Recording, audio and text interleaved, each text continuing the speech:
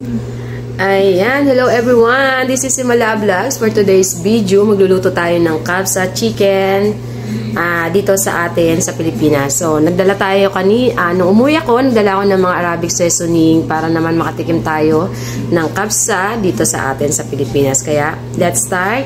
Enjoy watching and don't forget to follow Himala Vlogs and Malayang Puso. Ayan mga kahimala, nagluto ako ng kabsang manok. Dito tayo sa Pilipinas. So, patitikinin ko yung ating mga alakis ng kabsang manok.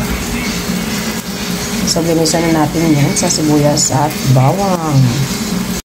So, ayan, lagyan na natin siya ng sarsa from Saudi, tomato paste. Ayan, naglagay tayo ng sarsa.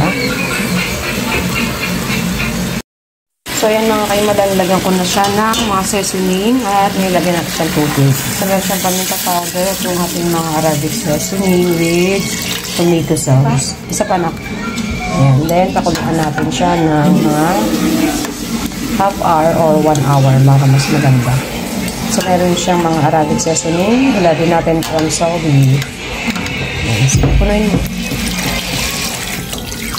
Oo, kasi marami yung manok para malutong-luto. So, ayan na mga kahimala yung ating nilulutong kapsa rice. Ayan.